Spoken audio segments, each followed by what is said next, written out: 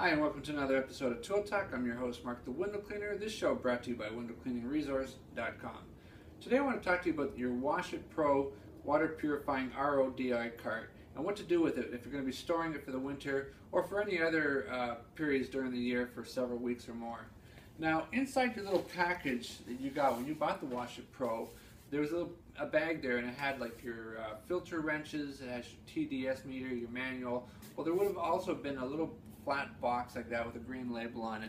And inside here is your instructions and your little packet of RO protectant.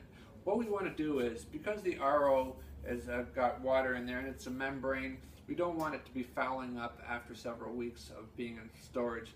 So inside here, if we open this up, you'll see that there's a little plastic packet of white powder, as well as an instruction manual. Now the instruction manual inside this particular one is for the hydro tube and the hydro cart, both by IPC, but we're going to apply this over to the Waterfed Pro.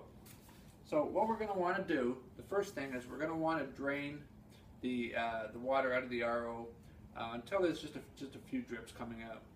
So you just want to unhook up the RO wastewater hose, just let that run off to the side, as well as open up the other side, the gray valve on the other side, the output.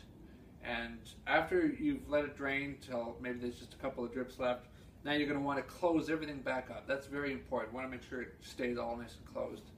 Now, before doing this, and I should have mentioned this in the front, you'll want to make up a gallon of pure water. If you've forgotten to do it, you can of course buy a gallon of distilled water. That'll work just as well. And what we're going to do is we're going to take this packet of powder and we're going to put it into the gallon of pure water, mix it all up because we want it fully dissolved. And then what we're going to do is we're going to open up the top of the RO membrane and open it up and just slowly pour it in. And once we pour all that RO protectant in there, we're going to want to close everything up. Once again, making sure that your hoses and your valves are all closed up, because now we're going to put this away for the winter or for long-term storage. Step 1 is to loosen the bolts on the hold down clamp.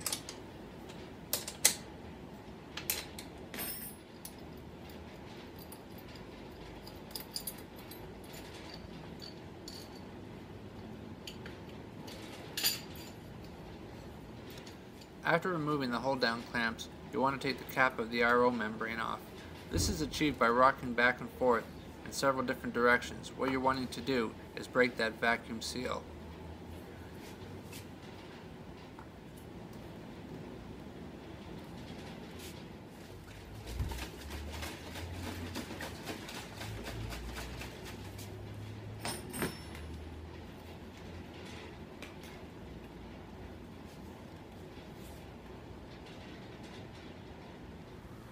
Be careful not to pour too much in at once and let the RO membrane take in all the water before you're adding some more.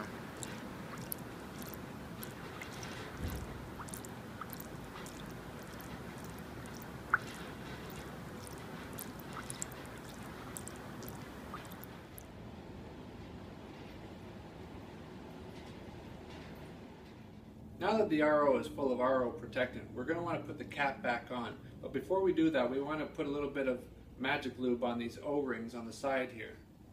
Now in your little package, when you got your Waterfed Pro, you would have also gotten a little tube like this, and that's called magic lube. So what we're going to do is we're just going to put a few dabs here and there, and then we're just going to use our finger to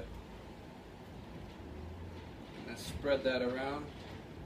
What that's going to do is help us get a nice seal once we close everything up. So just like when we were taking the cap off, you might have to do a little bit of rocking to get it. There we go.